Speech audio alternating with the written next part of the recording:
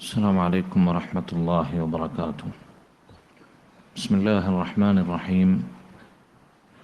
الحمد لله رب العالمين، والعاقبة للمتقين ولا عدوان إلا على الظالمين. أصلي وأسلم على خاتم الأنبياء والمرسلين نبينا محمد وعلى آله وصحبه أجمعين ومن تبعهم بإحسان إلى يوم الدين. اللهم علمنا ما ينفعنا وانفعنا بما علمتنا وزدنا علما. اللهم إنا نسألك خير هذه الليلة وخير ما بعدها، ونعوذ بك من شر ما في هذه الليلة وشر ما بعدها يا رب العالمين. ബഹുമാന്യരായ ഈ മസ്ജിദിൽ ഒരുമിച്ച് കൂടിയിട്ടുള്ള ശബ്ദം ശ്രവിക്കുന്ന സഹോദരങ്ങളെ, മുസ്ലിമീങ്ങളെ,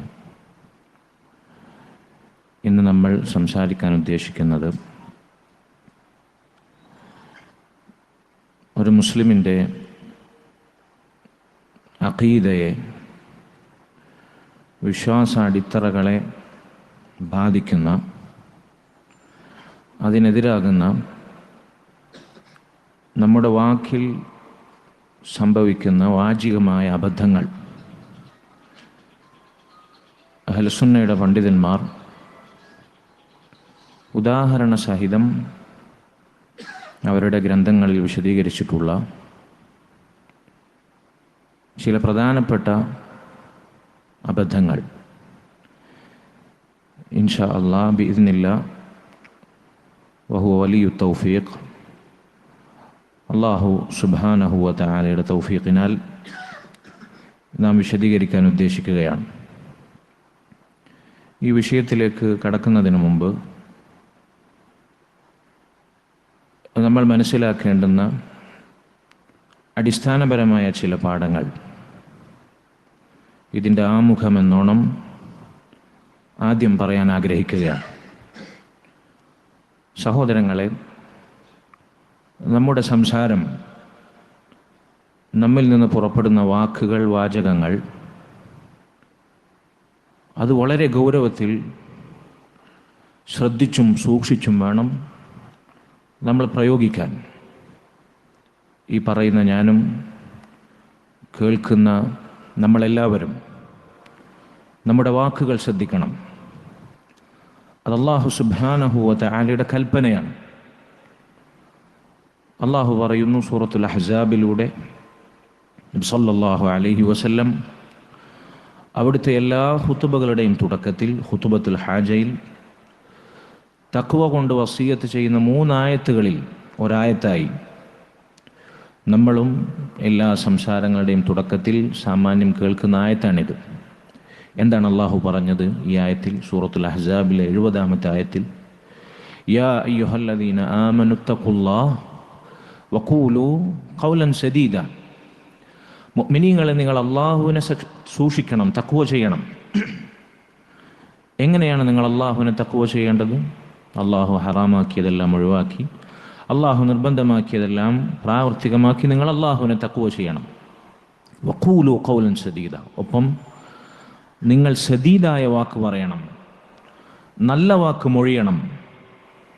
എന്താണ് അൽ ഖൗലു സദീദ് എന്ന് പറഞ്ഞാൽ? പണ്ഡിതന്മാർ വിശദീകരിക്കുന്നു, അൽ ഖൗലുൽ ഹഖ്ഖു സ്വവാബ്, നേരായ വാക്ക്, ശരിയായ വാക്ക്. വളിദ്ദുൽ ബാത്തിൽ, നിരർത്ഥകമല്ലാത്ത, വ്യർത്ഥമല്ലാത്ത, അനർത്ഥമല്ലാത്ത വാക്ക്. അപ്പം ഏറ്റവും ശരിയായ, ഏറ്റവും അനുയോജ്യമായ, ഏറ്റവും സുരക്ഷിതമായ, സത്യമായ വാക്ക്, നല്ല വാക്ക് നമ്മൾ പറയണം. സൂറത്തുൽ ഇസ്രായിലെ 53-ാമത്തെ ആയത്തിൽ അല്ലാഹു വീണ്ടും പറയുന്നു, നബിയോട് പറയാൻ വേണ്ടി പറയുന്നു, വഖുൽ ലിഇബാദി, പറയുക നബി, എൻ്റെ അടിമകളോട് പറയുക, യഖൂലുല്ലതി ഹിയ അഹ്സൻ, ഏറ്റവും നല്ല, ഏറ്റവും മനോഹരമായ വാക്കുകൾ അവർ പറയാൻ വേണ്ടി അവരോട് കൽപ്പിക്കുക നബിയെ എന്ന് അല്ലാഹു സുബ്ഹാനഹു വ തആല റസൂലുള്ളാഹി സ്വല്ലല്ലാഹു അലൈഹി വസല്ലമയെ വിളിച്ചുണർത്തുകയാണ്. ഹദീസുകളിലെമ്പാടും വാക്കുകൾ ശ്രദ്ധിക്കാനുള്ള നബി സല്ലല്ലാഹു അലൈഹി വസല്ലമയുടെ ഉണർത്തലുകൾ നമുക്ക് കാണാം. നമുക്കെല്ലാവർക്കും സുപരിചിതമായ ഒരുപക്ഷെ മനപ്പാടമുള്ള ഹദീസായിരിക്കും. സ്വഹീഹുൽ ബുഖാരിയിലും സ്വഹീഹ് മുസ്ലിമിലും നമുക്ക് വായിക്കാൻ സാധിക്കുന്ന പ്രസിദ്ധമായ ഹദീസ്, മൻ കാന യുഅ്മിനു ബില്ലാഹി വൽ യൗമിൽ ആഖിർ ഫല്യഖുൽ ഖൈറൻ ഔ ലിയസ്മുത്. ആരാണോ അല്ലാഹുവിലും ഖിയാമത്ത് നാളിൽ ഈമാനുള്ളവൻ, അവൻ സംസാരിക്കുന്നുവെങ്കിൽ ഖൈറായത് നല്ലത് സംസാരിക്കട്ടെ, ഇല്ലെങ്കിൽ മിണ്ടാതിരിക്കട്ടെ. ഇതാണ് നമ്മുടെ സംസാര മര്യാദ. എന്ത് സംസാരിക്കണം, എന്ത് സംസാരിച്ചുകൂടാ. സംസ്കാരത്തിൻ്റെ പരിധിയാണത്. ഫല്യഖുൽ ഖൈറൻ ഔ ലിയസ്മുത്. സംസാരിക്കുന്നുവെങ്കിൽ ഖൈറായത് സംസാരിക്കട്ടെ, ഖൈറായതൊന്നും സംസാരിക്കാനില്ലെങ്കിലോ മിണ്ടാതിരിക്കട്ടെ. ഔ ലിയസ്മുത്. എത്ര മനോഹരമാണ് ഈ ഹദീസ്. റസൂലുള്ളാഹി സ്വല്ലല്ലാഹു അലൈഹി വസല്ലം ഈ വിഷയത്തിൽ വളരെ ഗൗരവമുള്ള ഹദീസുകൾ നമ്മെ കേൾപ്പിച്ചിട്ടുണ്ട് സ്വഹാബത്തിലൂടെ.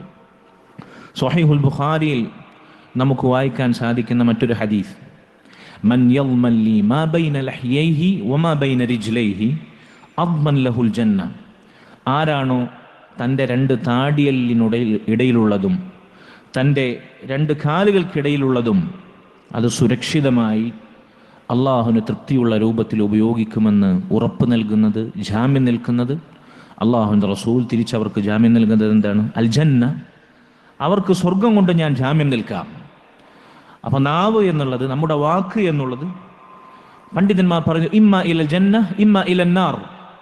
ഒന്നുകിൽ അത് സ്വർഗത്തിലേക്കുള്ള വഴിയാകാം, അല്ലെങ്കിൽ അത് നരകത്തിലേക്കുള്ള വഴിയാകാം.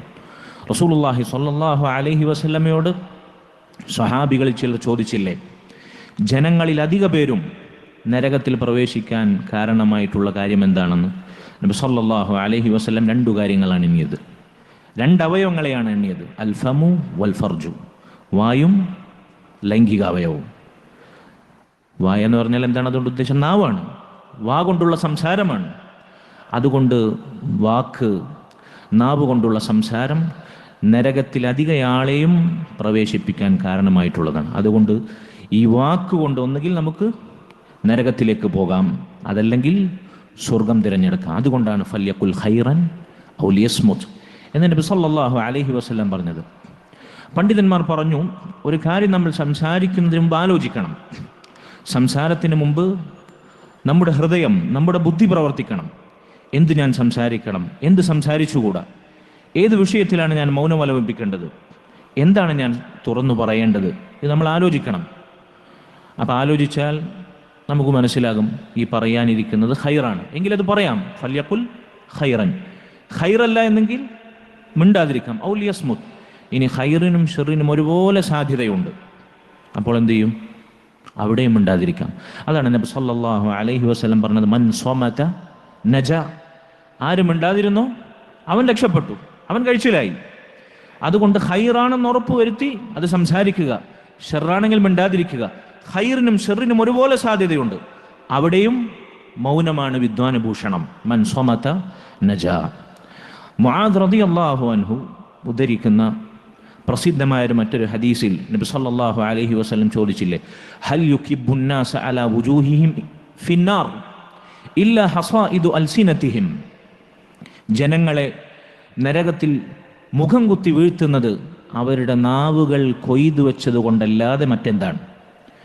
നാവുകൾ അതുകൊണ്ട് സംസാരിച്ചവർ കൊയ്തെടുത്ത തിന്മകളല്ലാതെ മറ്റെന്താണ് ജനങ്ങൾ നരകത്തിൽ മുഖം കുത്തി വീഴാൻ കാരണമായിട്ടുള്ളത് എന്ന് മുആദ് റളിയല്ലാഹു അൻഹുവിനെ നബി സല്ലല്ലാഹു അലൈഹി വസല്ലം പഠിപ്പിക്കുകയാണ്. വേറെ ചില ഹദീസുകളിൽ കാണാം, റസൂലുള്ളാഹി സ്വല്ലല്ലാഹു അലൈഹി വസല്ലം ഇസ്ലാമിലെ അടിസ്ഥാനവും ശാഖാപരവുമായ നന്മകൾ എണ്ണി പറയുന്നു. എന്നിട്ട് നബി സല്ലല്ലാഹു അലൈഹി വസല്ലം സഹാബത്തിനോട് ചോദിക്കുന്നു, ഇതെല്ലാം നിങ്ങൾക്ക് സ്വരുക്കൂട്ടാൻ, നിങ്ങൾക്ക് സ്വായത്തമാക്കാൻ സാധിക്കുന്ന ഒരു കാര്യം ഞാൻ പറഞ്ഞു തരട്ടെയോ? എന്നിട്ട് നബി സല്ലല്ലാഹു അലൈഹി വസല്ലം അവിടുത്തെ നാവ് ചൂണ്ടി പറഞ്ഞു, ഇതിനെ നിങ്ങൾ പിടിച്ചു വെക്കുക, ഇതിനെ നിങ്ങൾ പിടിച്ചു വെക്കുക. പണ്ഡിതന്മാർ പറഞ്ഞു, നിങ്ങളുടെ ശത്രുവിനെ നിങ്ങൾ ജയിലിലടക്കുന്നത് പോലെ നിങ്ങളുടെ നാവിനെ നിങ്ങൾ തടവിലാക്കുക. ആവശ്യത്തിന് മാത്രം അല്ലേ, ഒരു തടവുകാരനെ, ജയിൽ പുള്ളിയെ ജയിലിലടച്ചാൽ അവൻ്റെ സ്വാതന്ത്ര്യം അവിടെ നിഷേധിക്കപ്പെടും. സൂര്യപ്രകാശം പോലും കാണാൻ ആഴ്ചയിലൊരു ദിവസം അല്ലെങ്കിൽ മാസത്തിലൊരു ദിവസം സമയം ഫിക്സ് ചെയ്യും. ആ സമയത്ത് റേഷൻ കൊടുക്കുന്ന പോലെ സൂര്യപ്രകാശം പോലും അവന് കാണിച്ചു കൊടുക്കുന്നു. പരിമിതികളുണ്ട്, പരിധികളുണ്ട്, റെസ്ട്രിക്ഷൻസ് ഉണ്ട്, സ്വാതന്ത്ര്യം ഹനിക്കപ്പെടുന്നുണ്ട്. ഇതുപോലെ നാവിനെ നിങ്ങൾ കെട്ടിയിടണം, കടിഞ്ഞാണിടം എന്ന് നബി സല്ലല്ലാഹു അലൈഹി വസല്ലം പറഞ്ഞു. മറ്റു ചില ഹദീസുകളിൽ കാണാം, അവയവങ്ങളെല്ലാം നാവിനെ ദിവസവും പഴിക്കും.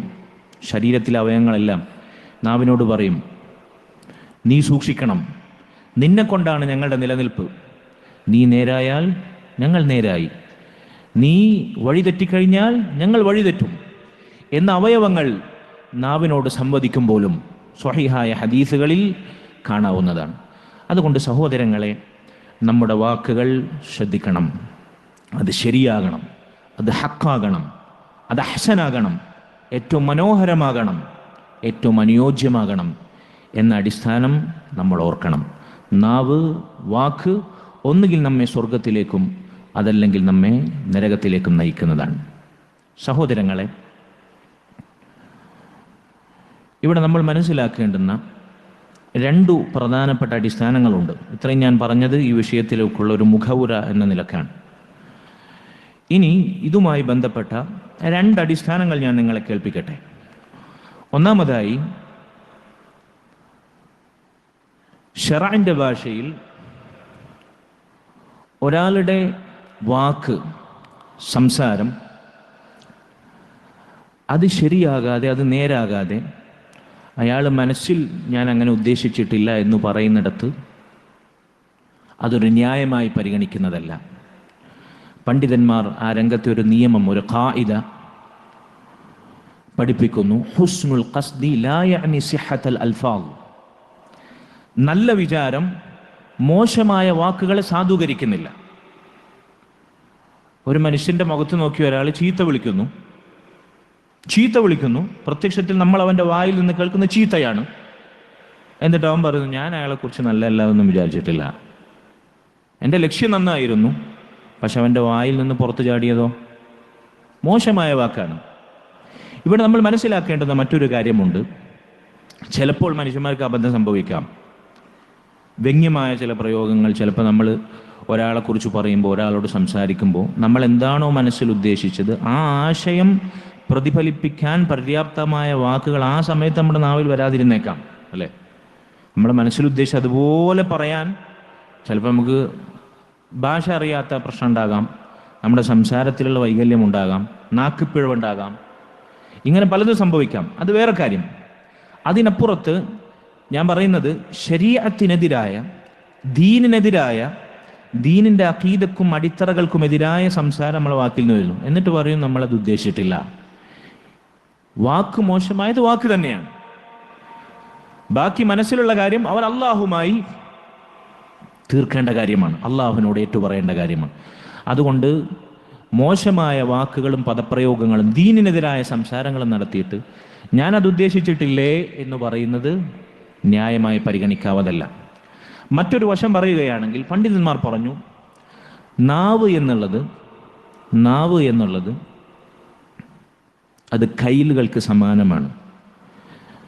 അടുപ്പത്ത് ഭക്ഷണം തയ്യാറാക്കാൻ വെച്ചിട്ടുള്ള ഒരു കലം, അതിൽ ഭക്ഷ്യവസ്തുക്കൾ നമ്മൾ പാചകം ചെയ്യുന്നു. അടുപ്പത്ത് കലത്തിലുള്ള വസ്തു അത് തിളച്ചു മറിയുന്നു.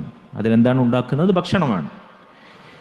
ആ അടുപ്പത്ത് വെച്ചിരിക്കുന്ന കലങ്ങൾക്കു സമാനമാണ് നമ്മുടെ കൽബുകൾ, നമ്മുടെ ഹൃദയങ്ങൾ. ആ കലത്തിനകത്ത് പാചകം ചെയ്യുന്ന സംഗതി കോരിയെടുക്കുന്ന കൈലുകളാണ് നമ്മുടെ നാവ്.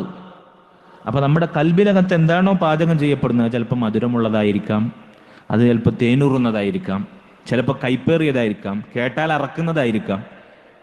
ഈ കൽബാകുന്ന കലത്തിനകത്ത് പാചകം ചെയ്യപ്പെടുന്ന വിഭവങ്ങൾ കോരിയെടുത്ത് വിളമ്പി കൊടുക്കുന്ന അവയവമാണ്, കയ്യിലാണ് നാവ്. അപ്പം നമ്മുടെ കൽബിനകത്ത് എന്താണോ സാധനം പിടിച്ചത് അതായിരിക്കും നമ്മൾ മറ്റുള്ളവർക്ക് വിളമ്പി കൊടുക്കുക, അല്ലേ? ചില ആളുകളുടെ സംസാരം കേട്ട് കഴിഞ്ഞാൽ കേട്ടാലിറക്കും, കൈപ്പേറിയ അനുഭവമായിരിക്കും, നോവുന്ന പൊള്ളുന്ന വേദനയായിരിക്കും.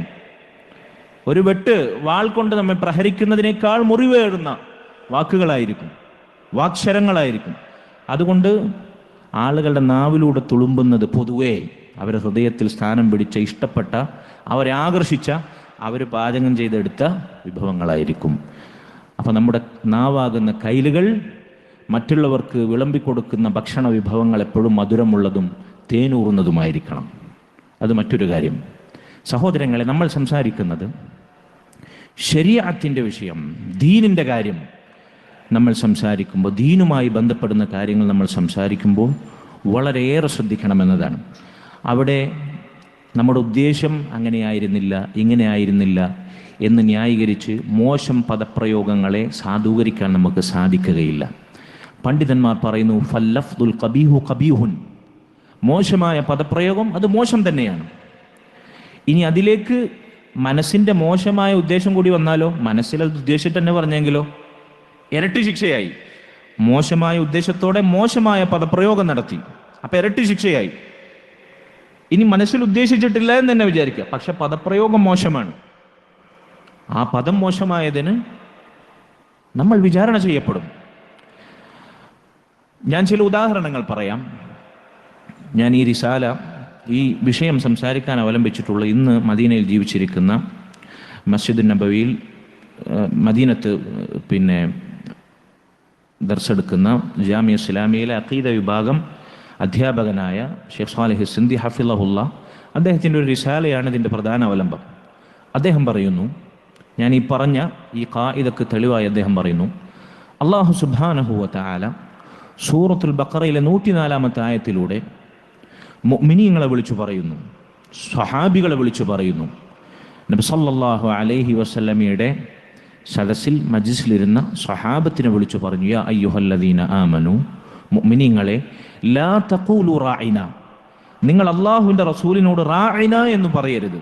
വഖൂലു ഉൻദുർന, നിങ്ങൾ അല്ലാഹുവിൻ്റെ റസൂലിനോട് ഉൻദുർന എന്ന് പറയണം. ഇസ്മഉ, നിങ്ങൾ ശ്രദ്ധിച്ചു കേൾക്കണം.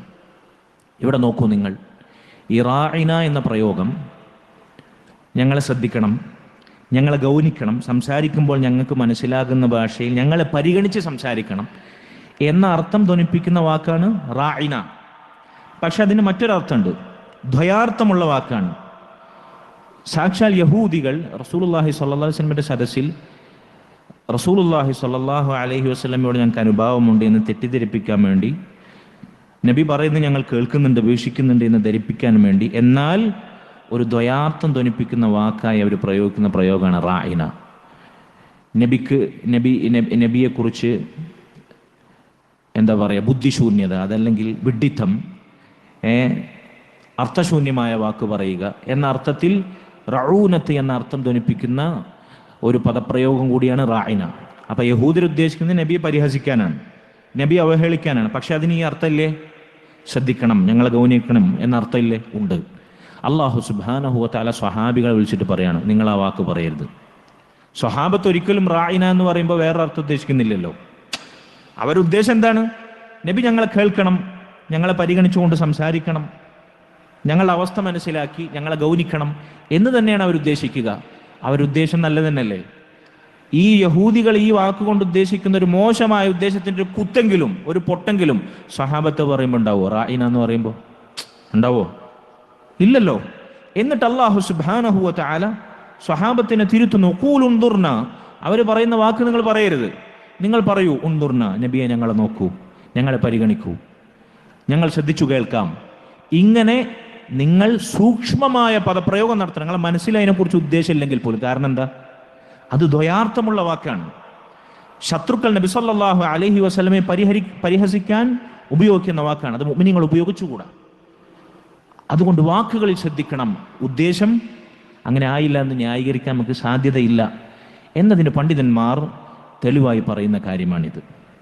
അതോടൊപ്പം മറ്റൊരു ഉദാഹരണം പ്രസിദ്ധമാണ്, നിങ്ങൾക്ക് എല്ലാവർക്കും അറിയാവുന്ന മനോഹരമായ വിഷയത്തിലുള്ള ഒരു ഉദാഹരണം. നബി സല്ലല്ലാഹു അലൈഹി വസല്ലമയുടെ സദസ്സിലേക്ക് സ്വഹാബിയായ ഒരു വ്യക്തി, അദ്ദേഹം വന്ന് പറഞ്ഞു, മാഷാ അല്ലാഹു വശിഅ്ത, നബിയെ, അള്ളാഹുവും താങ്കളും ഉദ്ദേശിച്ചതുപോലെ കാര്യങ്ങൾ നടന്നു. അള്ളാഹുവും താങ്കളും ഉദ്ദേശിച്ചതുപോലെ. നബി സല്ലല്ലാഹു അലൈഹി വസല്ലം തിരിച്ചു ചോദിച്ചു, അജഅൽതനി ലില്ലാഹി നിദ്ദൻ, നീ എന്നെ അള്ളാഹുവിനോട് സമനാക്കുകയാണോ? ഖുൽ മാ ഷാ അല്ലാഹു വഹദ ബൽ മാ ഷാ അല്ലാഹു വഹദ, അള്ളാഹു മാത്രമെന്ന് പറയുക, അള്ളാഹുവിനോടൊപ്പം എന്നെ ചേർത്തി പറയാതിരിക്കുക. നബി സല്ലല്ലാഹു അലൈഹി വസല്ലം തിരുത്തി. നോക്കൂ നിങ്ങൾ, നബിയെ അള്ളാഹുവിനോട് ചേർത്തി അള്ളാഹുവും താങ്കളും ഉദ്ദേശിച്ചെന്ന് പറഞ്ഞപ്പോൾ ആ സ്വഹാബിയുടെ മനസ്സിൽ ഒരിക്കലെങ്കിലും തെല്ലെങ്കിലും അള്ളാഹുവിനോട് നബിയെ സമമാക്കുക എന്ന ഉദ്ദേശമുണ്ടോ? സ്വഹാബിയാണ്, ഉണ്ടോ? സ്വഹാബികളെക്കാൾ തൗഹീദ് മനസ്സിലാക്കിയ ആരാണുള്ളത്? അള്ളാഹുവിനോട് നബിയെ തുല്യനാക്കുക എന്നുള്ള ഉദ്ദേശം സ്വഹാബിക്കുണ്ടോ ചോദിക്കുമ്പോൾ നബി സല്ലല്ലാഹു അലൈഹി വസല്ലം ആ നല്ല ഉദ്ദേശത്തെ പരിഗണിച്ച് ആ വാക്കിനെ തിരുത്താതിരുന്നോ?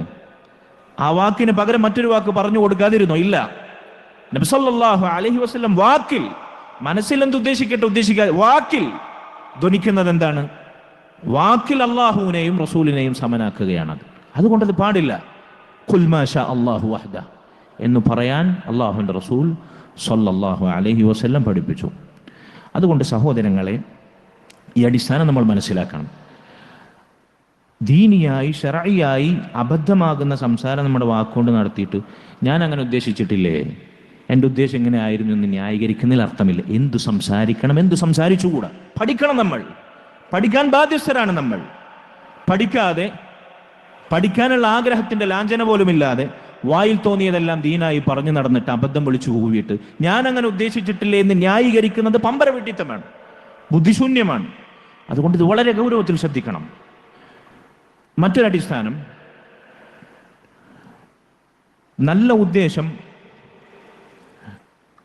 അത് അബദ്ധങ്ങൾ അതിൽ തുടരാൻ, ഇപ്പോൾ ഉദാഹരണത്തിന് പറയുകയാണെങ്കിൽ ദീനിയായ അബദ്ധമായൊരു വാക്ക്, ഇപ്പം ഞാൻ നേരത്തെ പറഞ്ഞ പോലെ ഉദാഹരണങ്ങളിൽ പറഞ്ഞതുപോലെയുള്ള ചില വാക്ക് നമ്മുടെ സംസാരത്തിൽ വന്നു, നമ്മളങ്ങനെ ഉദ്ദേശിച്ചിട്ടില്ല എന്ന് നമ്മൾ ന്യായീകരിക്കുന്നു, എന്നിട്ട് വീണ്ടും നമ്മളത് ആവർത്തിക്കുന്നു. ചില ആളുകൾ അങ്ങനെയാണ്. നിങ്ങൾ ഈ പറഞ്ഞത് തെറ്റാണ്, അങ്ങനെ പറയാൻ പാടില്ല, തൗഹീദിനെതിരാണെന്ന് പറഞ്ഞാൽ ഞാൻ അങ്ങനെ ഉദ്ദേശിച്ചിട്ടില്ല എന്ന് പറയുകയും പിന്നെ ആ വാക്ക് ആവർത്തിക്കുകയും ചെയ്യും. പിന്നീടും ആ വാക്കിൽ തുടരുന്ന അവസ്ഥയുണ്ടാകും. ഇത് വളരെ ഗൗരവമുള്ള കാര്യമാണ്.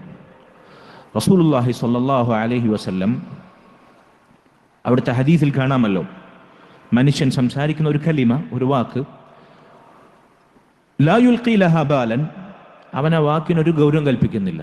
ഞാൻ അങ്ങനെ ഉദ്ദേശിച്ചിട്ടില്ല, ഞാൻ അങ്ങനെ വിചാരിക്കുന്നില്ലല്ലോ, എന്തപ്പോൾ ഈ വാക്കിന് പ്രശ്നം എന്ന ന്യായീകരണമാണ് അവൻ്റെ മനസ്സിലുള്ളത്. പക്ഷേ റുബ്ബമാ തഹ്വീ ബിഹി ഫിന്നാർ അബ്അദ് മാ ബൈനൽ മശ്രിഖ് വൽ മഗ്രിബ്, ആ ഒരൊറ്റ വാക്ക് അവനൊരു ഗൗരവം കൽപ്പിക്കാത്ത നിസാരമാക്കി കളഞ്ഞ ഒരു വാക്ക്, ആ വാക്ക് കൊണ്ട് നരകത്തിൽ, കിഴക്കിൻ്റെയും പടിഞ്ഞാറിൻ്റെയും അകലത്തിൽ, ആഴത്തിൽ അവൻ നരകത്തിൽ പോയി പതിച്ചേക്കാം എന്ന് നബി സല്ലല്ലാഹു അലൈഹി വസല്ലം ഉണർത്തുകയാണ്. അതുകൊണ്ട് സഹോദരങ്ങളെ, ഇത് ചില്ലറ വിഷയമല്ല. അപ്പം ഞാൻ അങ്ങനെ ഉദ്ദേശിച്ചിട്ടില്ല എന്ന് പറഞ്ഞ് ന്യായീകരിച്ച് അബദ്ധങ്ങൾ വീണ്ടും വീണ്ടും സംസാരിക്കുക എന്നത് ഒരു മുസ്ലിമിന്, ഒരു മുഅ്മിന് യോജിച്ച കാര്യമല്ല. ഇതാണ് ഈ വിഷയത്തിലുള്ള അടിസ്ഥാനമായി, മുഖവുരയായി, ആമുഖമായി പറയാനുള്ളത്. ഇനി നമുക്ക് വാക്കിൽ അഖീദക്കെതിരാകുന്ന, നമ്മുടെ വിശ്വാസത്തിൻ്റെ അടിത്തറകൾക്കെതിരാകുന്ന, ഈമാൻ കാര്യങ്ങൾക്ക് പോലും എതിരാകുന്ന ചില ഉദാഹരണങ്ങൾ പണ്ഡിതന്മാർ സൂചിപ്പിച്ചത് ഞാൻ നിങ്ങളെ കേൾപ്പിക്കാം. ഒന്നാമതായി, അല്ലാഹു സുബ്ഹാനഹു വ തആലയുടെ ഖളാ ഖദറിനെതിരായിട്ടുള്ള പദപ്രയോഗങ്ങൾ. അള്ളാഹു വിധിച്ചത്, അള്ളാഹു തീരുമാനിച്ചത്, അത് സമ്പൂർണ്ണ തൃപ്തിയോടെ അനിഷ്ടം പ്രകടിപ്പിക്കാതെ അൽഹംദുലില്ലാ എന്ന് പറഞ്ഞ് ഇന്നാ ലില്ലാഹി വ ഇന്നാ ഇലൈഹി റാജിഊൻ എന്ന് ഇസ്തിർജാ നടത്തി സ്വീകരിക്കേണ്ടവനാണ് ഒരു മുസ്ലിം. അൽ ഈമാനു ബിൽ ഖദരി ഖൈരിഹി വ ശർരി, നന്മയാകട്ടെ തിന്മയാകട്ടെ, സംഭവിച്ചത് എന്താകട്ടെ അത് അള്ളാഹു വിധിച്ചതാണ് എന്ന് വിശ്വസിക്കൽ, ഉറപ്പിക്കൽ, അതിൽ സംതൃപ്തി അടയൽ ഈമാനിൻ്റെ സ്തംഭങ്ങളിലൊന്നാണ്, ഈമാൻ കാര്യങ്ങളിലൊന്നാണ്. അത് നഷ്ടപ്പെട്ടാൽ നമ്മുടെ ഈമാൻ ബാത്തിലായി, നമ്മൾ കാഫിറായി. ഇങ്ങനെ ഖളാ ഖദറിനെ ബാധിക്കുന്ന, നമ്മുടെ വാക്കിൽ സംഭവിക്കുന്ന അബദ്ധങ്ങൾക്ക് ചില ഉദാഹരണങ്ങൾ. ഒന്നാമതായി, പണ്ഡിതന്മാർ പറയുന്നു, അല്ലാഹു സുബ്ഹാനഹു വ തആല ഒരു പ്രത്യേക അനുഗ്രഹം, ഒരു ഖൈർ, ഒരു നന്മ ഒരു വ്യക്തിക്ക് നൽകി. ദുനിയാവിലെ ഏതെങ്കിലും ഒരു നേട്ടമാകട്ടെ, പക്ഷെ അത് നമ്മുടെ കണ്ണിൽ ഭൗതികമായ അളവുകോലുകളിൽ അത് അവന് അർഹിക്കുന്നതല്ല. ഒരു സ്ഥാനം, അതല്ലെങ്കിൽ ഭാര്യ, അതല്ലെങ്കിൽ പ്രതീക്ഷിക്കാതെ ചില സാമ്പത്തികമായ നേട്ടം. അപ്പോൾ നമ്മുടെ കണ്ണിൽ അതവൻ അർഹമല്ലാത്തൊരു നേട്ടമാണ്. അറബികൾ ആ പ്രയോഗം, അത്തരത്തിലുള്ള സംഭവങ്ങളെ വിലയിരുത്തി അവർ പറയാറുള്ള പ്രയോഗം ഷെയ്ഖ് ഇവിടെ സൂചിപ്പിക്കുന്നുണ്ട്. യുഅ്തിൽ ഹൽഖ ലിമൻ ലാ അദാന ലഹ്.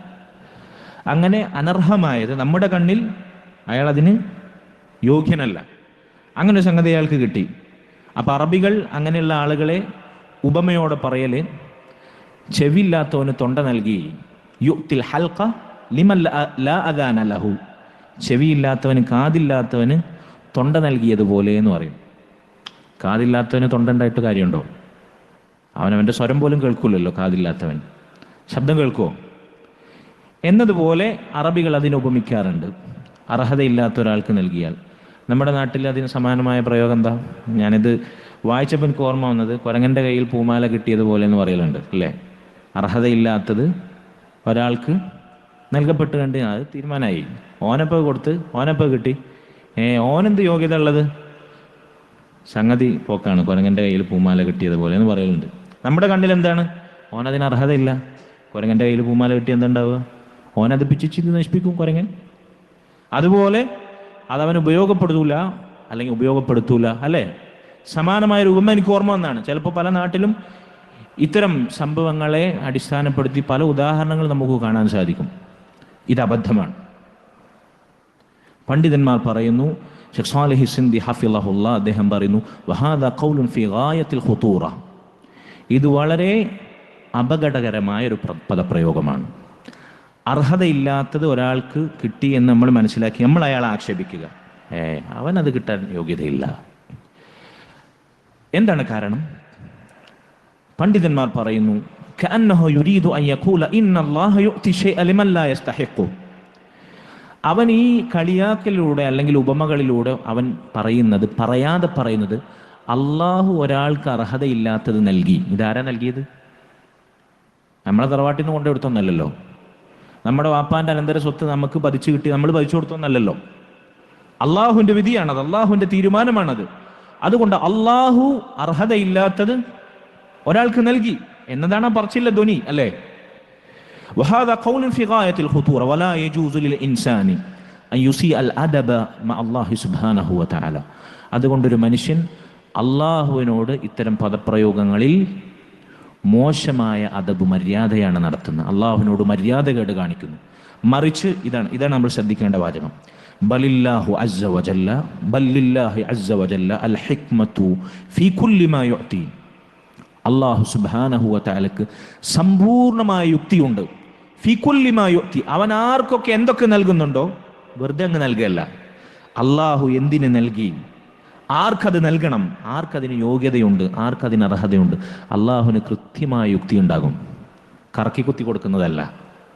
അള്ളാഹു കൃത്യമായ യുക്തിയുടെ അടിസ്ഥാനത്തിലാണ് ആർക്കും എന്തും നൽകുന്നത്. വഫീ കുല്ലി മാ യുഖദ്ദിർ. അവൻ ആർക്കും എന്തും നിശ്ചയിക്കുന്നത്, വിധിക്കുന്നത് കൃത്യമായ യുക്തിയുടെ അടിസ്ഥാനത്തിലാണ്. വഫീ കുല്ലി മാ യഫ്അൽ. അവൻ പ്രവർത്തിക്കുന്നതെല്ലാം സമ്പൂർണമായ യുക്തിയുടെ അടിസ്ഥാനത്തിലാണ്. സുബ്ഹാനഹു വ തആല വഹുവ അലാ കുല്ലി ഷൈഇൻ ഖദീർ. അള്ളാഹു ഇത്തരം വിചാരങ്ങളിൽ നിന്നും ഇത്തരം വിശേഷണങ്ങളിൽ നിന്നും അവൻ പരിശുദ്ധനാണ്. വഹുവൽ ഹകീം. അവൻ യുക്തിഭദ്രനാണ്. ഹിക്മത്ത് എന്നത്, യുക്തി എന്നത് അവൻ്റെ സിഫത്താണ്. അപ്പോൾ ഒരാൾക്ക് അർഹതയില്ലാത്തത് നൽകുക എന്ന് പറഞ്ഞാൽ അള്ളാഹിൻ്റെ യുക്തിക്കെതിരാണ്. അള്ളാഹ് യുക്തിയില്ലാതെ നടപ്പിലാക്കി എന്നാണ് ധ്വനി. അള്ളാഹുവിന് അവൻ വിശേഷിപ്പിച്ച അവൻ്റെ വിശേഷണമാകുന്ന ഹിക്മത്തിനെ ചോദ്യം ചെയ്യലാണ്. അതിന് നിരക്കാത്ത പദപ്രയോഗമാണ് ഇത്തരം സംസാരങ്ങൾ. നോക്കൂ നിങ്ങൾ. അതുകൊണ്ട് അനർഹമായതൊരാൾക്ക് കിട്ടി എന്ന് നമ്മൾ മനസ്സിലാക്കി അയാളെ പരിഹസിച്ച് പറയുന്ന ഈ വാചകങ്ങൾ യഥാർത്ഥത്തിൽ അള്ളാഹുവിൻ്റെ യുക്തിയെ ചോദ്യം ചെയ്യുന്നിടത്തേക്കാണ് തിരിഞ്ഞു കളയുന്നത്. ലാ ഹൗല വലാ ഖുവത ഇല്ലാ ബില്ലാഹ്. അപ്പോൾ എത്രത്തോളം നമ്മൾ ശ്രദ്ധിക്കണം, എത്രത്തോളം നമ്മൾ അഖീദ പഠിക്കണം. മറ്റൊരു ഉദാഹരണം പണ്ഡിതന്മാർ പറയുന്നു, നേരെ തിരിച്ച്. ഇതിപ്പോൾ നമ്മൾ പറഞ്ഞത് ഒരാൾക്കൊരു നിഅമത്ത് ലഭിച്ചു, ഐഹികമായൊരു നേട്ടം ലഭിച്ചു, അതിനയാൾക്ക് അർഹതയില്ല എന്ന അർത്ഥത്തിലാണ് ഈ പ്രയോഗം. ഇനി പറയാൻ പോകുന്നത്, ഒരാൾക്കൊരു മുസീബത്ത് ബാധിച്ചു, ഒരു പ്രയാസമുണ്ടായി, പ്രതീക്ഷിക്കാതെ ഒരു ദുരന്തമുണ്ടായി അയാളുടെ ജീവിതത്തിൽ. അപ്പം നമ്മൾ പറയണം ഫുലാനുൻ മായസ്തഹിൽ, അയാളത് അർഹിക്കുന്നില്ല, സാധു, അയാൾക്കത് വേണ്ടിയില്ലായിരുന്നു, അയാൾക്കത് താങ്ങാനുള്ള ശേഷിയില്ല, അയാളത് അർഹിക്കുന്നില്ല എന്ന് നമ്മൾ പറയാണ്. ലാ ഹൗല വലാ ഖുവത ഇല്ലാ ബില്ലാഹ്. എന്താണ് ഈ പദപ്രയോഗം കൊണ്ടുള്ള അപകടം? അയാളത് അർഹിക്കുന്നുണ്ടോ അർഹിക്കുന്നില്ല നമ്മളാണോ തീരുമാനിക്കുന്നത്? ആരാണ് അയാൾക്കത് വിധിച്ചത്? ആരാണ് അയാൾക്കത് വിധിച്ചത്? അള്ളാഹുവാണ്. അള്ളാഹുവിനറിയില്ല അയാളത് അർഹിക്കുന്നുണ്ടോ ഇല്ല എന്നുള്ളത്. അപ്പൊ അള്ളാഹുവിനറിയില്ല, അവനത് അർഹത നമുക്കേ അറിയുള്ളൂ. അവൻ അർഹതയില്ലാത്തത് അള്ളാഹു നൽകി എന്നാണ് നമ്മൾ പറയാതെ പറയുന്നത്, അല്ലേ? ആ പ്രയോഗം കൊണ്ട് ധ്വനിക്കുന്നത് അതാണ്. നമ്മുടെ ഉദ്ദേശം എന്താകട്ടെ, ഞാൻ പറഞ്ഞു, അതുകൊണ്ടാണ് നമ്മൾ ആദ്യം അടിസ്ഥാനം പറഞ്ഞത്. ഞാൻ അങ്ങനെ ഉദ്ദേശിച്ചിട്ടില്ലേ എന്ന് ന്യായം പറയലല്ല, മറിച്ച് ആ പദപ്രയോഗം കൊണ്ടുള്ള അപകടം അതാണ്. അല്ലാഹു സുബ്ഹാനഹു വ തആല അയാൾക്ക് അർഹിക്കാത്തത് നൽകി എന്ന് പറഞ്ഞാൽ അള്ളാഹു അയാളോട് ദുൽമ ചെയ്തു, അനീതി പ്രവർത്തിച്ചു. വമാ റബ്ബുക ബിളല്ലാമിൽ ലിൽ അബീദ്. അള്ളാഹു പറയുന്നു, നിന്റെ റബ്ബ് അവൻ്റെ അടിമകളോട് ഒരിക്കലും അനീതി പ്രവർത്തിക്കുന്നവനല്ല. അള്ളാഹു പറയുന്നു. നമ്മൾ പറയുന്നു അള്ളാഹു അനർഹമായതവന് നൽകി. ഇന്നല്ലാഹ ലാ യദ്ലിമു الناس ശൈഅ. അള്ളാഹു ഒരു തരിമ്പ് പോലും മനുഷ്യരോട് ദുൽമ, അനീതി പ്രവർത്തിക്കുകയില്ല, അർഹതയില്ലാത്തവർക്ക് നൽകുകയില്ല, ഖൈറാകട്ടെ ഷർറാകട്ടെ. ഹദീസ് റസൂലുള്ളാഹി സ്വല്ലല്ലാഹു അലൈഹി വസല്ലമയുടെ പ്രസിദ്ധമായ ഹദീസ്, ഖുദ്സിയായ ഹദീസ്. അള്ളാഹു പറഞ്ഞില്ലേ, ഇന്നി യാ ഇബാദി ഇന്നി ഹറംതു ദുൽമ അലാ നഫ്സി. എൻ്റെ അടിമകളെ, ഞാൻ സ്വയം എനിക്കുമേൽ അനീതിയും അക്രമവും നിഷിദ്ധമാക്കിയിരിക്കുന്നു. അള്ളാഹുലേക്ക് ദുൽമ്, അനീതി അത് ചേർക്കപ്പെടാവതല്ല. അള്ളാഹു അവൻ്റെ അടിമകളോട് തരിമ്പ് പോലെ ദുൽമ ചെയ്യുകയില്ല. ആപേക്ഷികമായി നമുക്കത് ഷർറാണ്, അപകടമാണ്, ദുരന്തമാണ്, മുസീബത്താണ്, ദുൽമാണ് എന്ന് തോന്നുമെങ്കിലും ആത്യന്തികമായി അത് നന്മയാണ്, യാതൊരു സംശയവുമില്ല. അല്ലാഹു സുബ്ഹാനഹു വ തആല അനർഹമായതൊരാൾക്കും നൽകുകയില്ല. അതുകൊണ്ട് അള്ളാഹു അനീതി പ്രവർത്തിച്ചു, അള്ളാഹു ദുൽമ പ്രവർത്തിച്ചു എന്ന് ധ്വനിപ്പിക്കുന്ന പ്രയോഗമാണിത്. അയാളത് അർഹിക്കുന്നില്ല എന്ന് പറയുന്നത്. ഇത് നമ്മൾ ശ്രദ്ധിക്കേണ്ടുന്ന രണ്ടാമത്തെ പ്രയോഗമാണ്. മൂന്നാമതായി, മുസീബത്ത് ബാധിച്ചാൽ, ഇപ്പോൾ നമ്മൾ ഏറ്റവും അടുത്ത് നമ്മുടെ നാട് കണ്ട വലിയ ദുരന്തമാണ് വയനാട്ടിലെ ഉരുൾപൊട്ടൽ. അള്ളാഹു അതിൽ നഷ്ടപ്പെട്ടവർക്ക് സമാധാനവും ഭൗതികമായ നഷ്ടങ്ങൾക്കപ്പുറത്ത് അവരുടെ ദീനിലേക്കുള്ള തിരിച്ചുവരവും, ദീൻ നഷ്ടപ്പെടുന്ന അവസ്ഥയിൽ നിന്ന് അവർക്ക് സുരക്ഷിതത്വം അള്ളാഹു തിരിച്ചു നൽകുമാറാകട്ടെ. സഹോദരങ്ങളെ, ആ സന്ദർഭത്തിൽ പല ആളുകളിൽ നിന്നും നമ്മൾ സോഷ്യൽ മീഡിയയിലൂടെയും നവമാധ്യമങ്ങളിലെയും കേട്ട സംസാരങ്ങൾ, പദപ്രയോഗങ്ങൾ, യാ റബ്ബി അന മാദാ ഫഅൽത്, എനിക്ക് തരാൻ പഠിച്ചവനെ ഞാൻ എന്താ ചെയ്തത്, ഞാൻ എന്ത് ചെയ്തിട്ടാണ്, ഞാൻ എന്ത് തെറ്റ് ചെയ്തിട്ടാണ്, ഞങ്ങളോട് ഇത് വേണ്ടിയില്ലായിരുന്നു, ലിമാദാ യാ റബ്ബ് നസലക, ഞങ്ങൾക്ക് എന്താണ് ഇത് വിധിച്ചത്, ഞങ്ങൾക്ക് മാത്രം എന്താണ് ഇത് ബാധിച്ചത്, ഈ ചോദ്യം. ഇത് അല്ലാഹു സുബ്ഹാനഹു വ തആലയുടെ യുക്തിയെ, നേരത്തെ പറഞ്ഞ പോലെ അള്ളാഹുവിൻ്റെ ഖലാഇനെ, അള്ളാഹുവിൻ്റെ ഖദറിനെ ചോദ്യം ചെയ്യുന്നതിന് തുല്യമാണ്. അള്ളാഹു സുബ്ഹാനഹു വ തആല അത് വിധിച്ചതിൻ്റെ പിന്നിൽ അള്ളാഹുവിന് കൃത്യമായ യുക്തിയുണ്ട്. നമ്മൾ നേരത്തെ പറഞ്ഞു വെച്ചു, ഒരു പ്രവർത്തനവും, അള്ളാഹുവിൻ്റെ ഒരു പ്രവർത്തനവും യുക്തിയില്ലാത്തൊരു പ്രവർത്തനവും ഇല്ല. അള്ളാഹുവിൻ്റെ സകല പ്രവർത്തനങ്ങൾക്ക് മുന്നിലും പൂർണ്ണമായ യുക്തി ഉണ്ടാകും. അതുകൊണ്ട് അള്ളാഹു സുബ്ഹാനഹു വ തആല എന്തിന് ഞങ്ങൾക്കിത് വിധിച്ചു, ഞങ്ങൾ എന്ത് ചെയ്തു എന്ന് ചോദിക്കാൻ ഒരു മുസ്ലിമിന് പാടില്ല. അള്ളാഹു പറഞ്ഞില്ല, വമാ അസ്വാബകും മിൻ മുസീബത്തിൻ ഫബിമാ കസബത് ഐദീകും, നിങ്ങൾക്ക് ബാധിക്കുന്ന ഏതൊരു മുസീബത്താകട്ടെ അത് നിങ്ങളുടെ കരങ്ങൾ സമ്പാദിച്ചതിൻ്റെ അടിസ്ഥാനത്തിലാണ്. നിങ്ങൾ ചെയ്യുന്ന തിന്മകൾ, നിങ്ങൾ ചെയ്യുന്ന തോന്നിവാസങ്ങൾ, നിങ്ങൾ ചെയ്യുന്ന ഹറാമുകൾ, നിങ്ങൾ ഒഴിവാക്കുന്ന വാജിബുകൾ നിങ്ങളുടെ കരങ്ങൾ പ്രവർത്തിച്ചതിൻ്റെ അടിസ്ഥാനത്തിൽ, അത് കാരണമായിട്ടാണ് നിങ്ങൾക്ക് ഏതൊരു മുസീബത്തും ബാധിക്കുന്നത്. സലഫുകൾ, മുൻഗാമികൾ, അവരുടെ വീട്ടിൽ എലി ശല്യം ഉണ്ടായാൽ, എലി ചലച്ചാൽ അവർ വേഗം ഇസ്തിഗ്ഫാറും തൗബ ചെയ്യും. നമ്മൾ എന്തെങ്കിലും ജീവിതത്തിലുള്ള, വ്യക്തി ജീവിതത്തിലുള്ള കുറവ് കൊണ്ടാണോ എന്നവർ പരിശോധിക്കും. മുഹാസബത്തുൻ നഫ്സ് നടത്തും, ആത്മവിചാരണ നടത്തും. എലി ചലച്ചാൽ, എലിൻ്റെ ശല്യം, അപ്പോൾ വരെ സ്വന്തം ജീവിതത്തിലേക്ക് അവർ തിരിഞ്ഞു നോക്കും, നമുക്ക് എന്തെങ്കിലും പ്രശ്നങ്ങൾ ഉണ്ടായിട്ടുണ്ടോ. ഭാര്യയുമായി അഭിപ്രായ വ്യത്യാസത്തിലായാൽ, അസ്വാരസ്യമുണ്ടായാൽ, സൗന്ദര്യപ്പണക്കുണ്ടായാൽ, വാഹനമൃഗം ഒന്ന് ഇടഞ്ഞാൽ, അല്ലെ, ഒട്ടവും കുതിരയും കഴുതൊക്കെയാണ് അന്നത്തെ വാഹനം, അത് ഇടഞ്ഞാൽ പിടിച്ചു കൊടുത്ത് കിട്ടുന്നില്ലെങ്കിൽ, പറഞ്ഞനുസരിച്ചിട്ടില്ലെങ്കിൽ അവരെന്താ ചെയ്യുക? അതിനെ പിടിച്ച് 4 തല്ലല്ല. ഭാര്യ അടഞ്ഞു കഴിഞ്ഞാൽ ഭാര്യൻ്റെ കരണം നോക്കി പൊട്ടിക്കലല്ല. എലിശല്യം ഉണ്ടായാൽ എലിനെ കെണിവെച്ച് പിടിപ്പിക്കുന്നതിനപ്പുറത്ത് സ്വന്തം ജീവിതത്തിൽ അങ്ങനെ നിസ്സാരമായ കാര്യങ്ങളിൽ വരെ നമ്മൾ പ്രതീക്ഷിക്കാത്ത സംഭവിച്ചാൽ അവർ സ്വന്തം ജീവിതത്തിലേക്ക് തിരിഞ്ഞു നോക്കും. എൻ്റെ ജീവിതത്തിൽ എന്തെങ്കിലും പ്രശ്നമുണ്ടോ? തൗബയും ഇസ്തിഗ്ഫാറും അധികരിപ്പിക്കും. അതുകൊണ്ട് മുസീബത്ത് ബാധിച്ചാൽ ഞങ്ങളൊന്നും ചെയ്തിട്ടില്ലേ, ഞങ്ങൾക്ക് എന്തിനാണിത്, എന്ത് ദ്രോഹം ഞങ്ങൾ ചെയ്തു, എന്തിനാണ് ഞങ്ങളോടിത് എന്ന് ചോദിക്കുന്നത് എത്ര വലിയ ധിക്കാരമാണ്. നമ്മുടെ ജീവിതത്തിൽ സംഭവിച്ച പിഴവുകൾ തിരുത്താനുള്ള ഒരു മാർഗമാണത് എന്ന് നമ്മൾ തിരിച്ചറിയണം. അള്ളാഹു ഒരിക്കലും നമ്മളോട് അനീതി പ്രവർത്തിക്കുകയില്ല. മുസീബത്തുകൾ അതിൻ്റെ 1-ാം പ്രതി നമ്മൾ തന്നെയാണ്, യാതൊരു സംശയവുമില്ല. മറ്റൊരു ഉദാഹരണം ഷെയ്ഖ് പറയാണ്, ഇതൊരു പക്ഷെ നമ്മുടെ നാട്ടിൽ പ്രസക്തമായിക്കൊള്ളണമെന്നില്ല, എങ്കിലും ഇത്തരത്തിലുള്ള ദുആകൾ ഒരു പക്ഷേ നമ്മുടെ നാട്ടിലെ ത്വരീഖത്തുകാരും അതല്ലെങ്കിൽ സൂഫി ചിന്താധാരയുള്ള ആളുകളൊക്കെ ചിലപ്പോൾ പഠിപ്പിക്കുന്നുണ്ടാകാം. ദുആ ചെയ്യുമ്പോൾ, അള്ളാഹിനോട് ദുആ ചെയ്യുമ്പോൾ, അല്ലാഹുമ്മ ലാ അസ്അലുക റദ്ദൽ ഖളാ വലാകിൻ അസ്അലുക ലുത്ഫ ഫീ, അല്ലാഹുവേ ഖളാഇനെ തടയാൻ ഞാൻ നിന്നോട് ചോദിക്കുന്നില്ല, നീ വിധിച്ച വിധിയെ തടയാൻ ഞാൻ നിന്നോട് ചോദിക്കുന്നില്ല, മറിച്ച് നീ വിധിക്കുമ്പോൾ ആ വിധിയിലൊരു മയം, അത് വല്ലാതെ കടുപ്പിക്കാതെ അതൊന്നും മയപ്പെടുത്തി എനിക്ക് തന്നാൽ മതി. നീ വിധിച്ചോളൂ, നീ എന്തും വിധിച്ചോളൂ, നിന്റെ വിധിയെ തടുക്കാൻ ഞാൻ ചോദിക്കുന്നില്ല, മറിച്ച് ആ വിധിയൊന്ന് മയപ്പെടുത്തി എനിക്ക് തന്നാൽ മതി എന്ന ദുആ.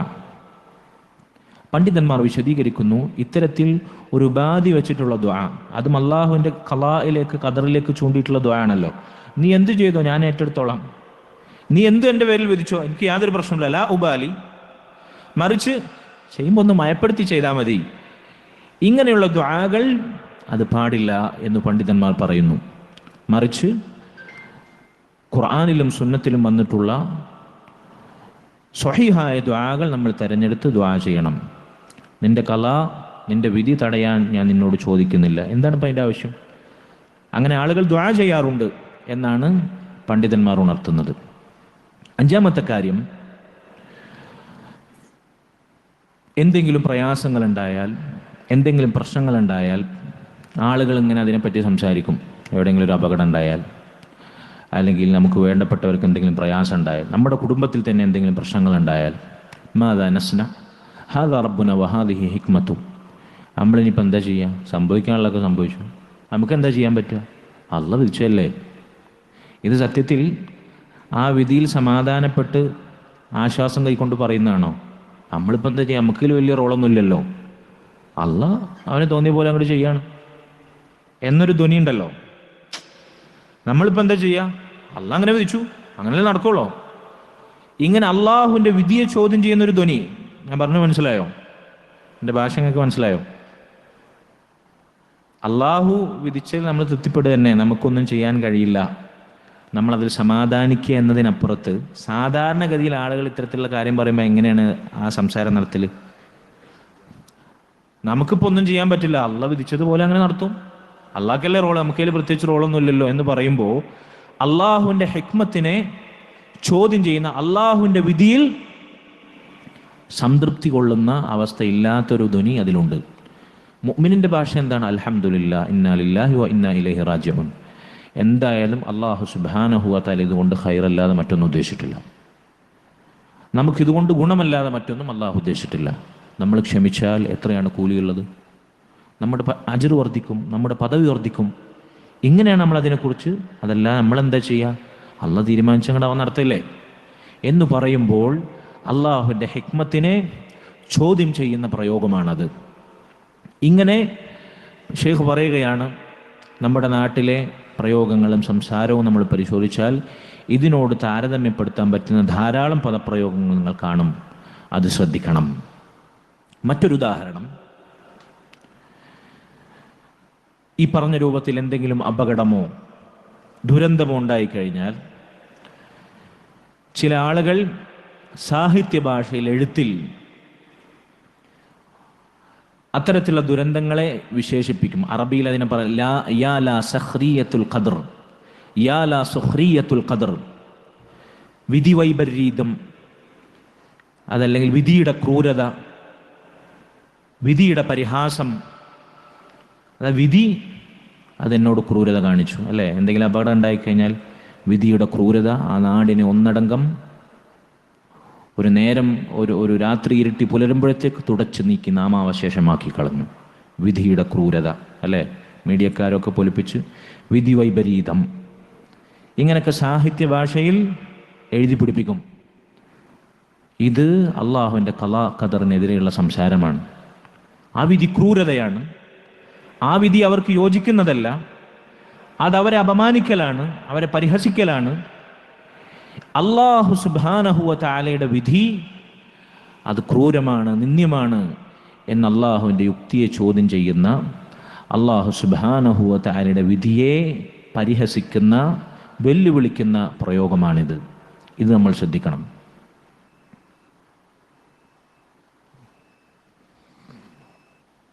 അലൈക്കും വറഹ്മത്തുള്ളാഹി. ബിസ്മില്ലാഹി അൽഹംദുലില്ലാഹി വസ്സലാത്തു വസ്സലാമു അലാ റസൂലില്ലാഹി ബഅദ്. اللهم يا حي يا قيوم برحمتك نستغيث أصلح لنا شأننا كله ولا تكلنا إلى أنفسنا طرفة عين. اللهم أصلح لنا ديننا الذي هو عصمة أمرنا وأصلح لنا دنيانا التي فيها معاشنا وأصلح لنا آخرتنا التي فيها معادنا. اللهم اجعل الحياة زيادة لنا في كل خير والموت راحة لنا من كل شر يا رب العالمين. സഹോദരങ്ങളെ, മറ്റൊരു പ്രയോഗം അള്ളാഹുവിൻ്റെ ഖദറിനെ ചോദ്യം ചെയ്യുന്ന, അള്ളാഹുവിൻ്റെ വിധിയിൽ അതൃപ്തി പ്രകടിപ്പിക്കുന്ന, അതല്ലെങ്കിൽ ആ വിഷയത്തിലുള്ള ഖദാ ഖദറിലുള്ള ഇസ്ലാമിൻ്റെ വിശ്വാസ അടിത്തറകൾക്കെതിരാകുന്നൊരു പ്രയോഗം. എന്തെങ്കിലും സംഭവിച്ചാൽ കാലം വിധിച്ചത്, കാലത്തിൻ്റെ കാവ്യനീതി. ഇപ്പോൾ ഒരാൾ ചെറിയ പ്രായത്തിൽ തന്നെ നര വന്നു കഴിഞ്ഞാൽ അകാല നര. അകാല നര എന്ന് പറഞ്ഞാൽ എന്താർത്ഥം? അയാൾക്ക് നരക്കേണ്ട പ്രായമായിട്ടില്ല, കാലം തെറ്റിയിട്ട് നരച്ചതാണ്. അതുപോലെ തന്നെ ഒരാൾ ചെറുപ്പത്തിലേ മരിച്ചു കഴിഞ്ഞാൽ, യുവാവായ ഒരാൾ പെട്ടെന്ന് ഒരു അസുഖമില്ലാത്ത ഒരാൾ മരിച്ചു കഴിഞ്ഞാൽ അകാലത്തിൽ പൊലിഞ്ഞ ജീവൻ. പിന്നെന്താണ് പ്രയോഗം? വിടരും മുമ്പ് വാടിയ ഇതൾ, ഇങ്ങനെയൊക്കെ പറയും. വിടരുന്നതിന് മുമ്പ് അത് വാടിയതാണെന്ന് ആരാ പറഞ്ഞു? അയാൾ മരിക്കാൻ കാലമായിട്ടില്ല എന്ന് ആരാ പറഞ്ഞു? ഈ നര വരേണ്ട പ്രായം ഇതാണെന്ന് ആരാ നിശ്ചയിച്ചത്? കാലം വിധിച്ചത്. കാലാണോ വിധിക്കുന്നത്? അല്ലേ? കാലം വിധിച്ച വിധി, വിധിയുടെ ക്രൂരത നമ്മൾ നേരത്തെ പറഞ്ഞു. ഇങ്ങനെ എന്തെങ്കിലും ദുരന്തങ്ങളും അപകടങ്ങളൊക്കെ ഉണ്ടായിക്കഴിഞ്ഞാൽ പത്രമാധ്യമങ്ങളും അതിന് എന്താ പറയുക, അനുശോചനം അറിയിക്കുന്നവരും, അതിൻ്റെ പേരിൽ ആളുകളെ സമാധാനിപ്പിക്കാൻ വേണ്ടി ദീനിയായ സംസാരങ്ങൾ നടത്തുന്നത് വരെ ഈ പ്രയോഗങ്ങൾ കടമെടുക്കുന്നത് കാണാം. ലാ ഹൗല വലാ ഖുവത ഇല്ലാ ബില്ലാ. കാലമാണോ വിധിക്കുന്നത് കാര്യങ്ങൾ? ആണോ? കാലമല്ല കാര്യങ്ങൾ വിധിക്കുന്നത്, അള്ളാഹുവാണ് കാലം നിശ്ചയിക്കുന്നതും കാലത്ത് നടക്കേണ്ടത് വിധിക്കുന്നതും അള്ളാഹു സുബ്ഹാനഹു വ തആലയാണ്. അള്ളാഹുവിൻ്റെ പൂർണ്ണമായ യുക്തിയുടെ അടിസ്ഥാനത്തിലേ കാര്യങ്ങൾ സംഭവിക്കുകയുള്ളൂ. അത് സംഭവിക്കേണ്ട സമയം എപ്പോഴാണ്, കാലം എപ്പോഴാണ്, കാലക്കേടെപ്പോഴാണ് ഒക്കെ അറിയുന്നവൻ അള്ളാഹു മാത്രം. അത് ഓരോ വ്യക്തികളും നാടുകളിലും സാഹചര്യങ്ങളും വ്യത്യസ്തമായിരിക്കും. അള്ളാഹുവിനറിയാം അതെപ്പോ, എവിടെ, എങ്ങനെ, ഏത് സാഹചര്യത്തിൽ. അതിന് പൂർണ്ണമായ യുക്തി അള്ളാഹുവിനുണ്ട്. ഇതാണ് നമ്മളെ വിശ്വാസം.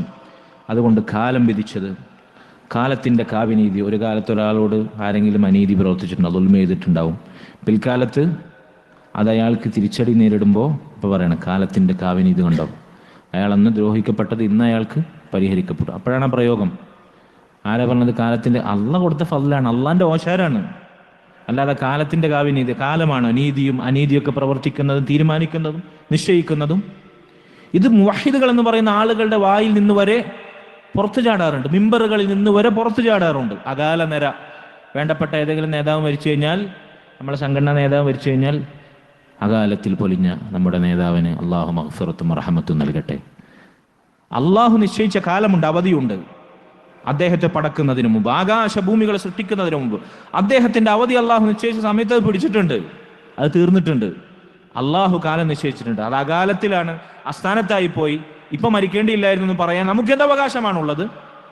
അത് അള്ളാഹുവിന്റെ വിധിയെ ചോദ്യം ചെയ്യലാണ്. അയാൾ മരിച്ചത് സമയത്തല്ല, കുറച്ചുകൂടി കാലം ജീവിക്കേണ്ടിയിരുന്നു എന്ന് നമുക്ക് പറയാൻ എന്ത് അവകാശം, ന്യായമാണുള്ളത്?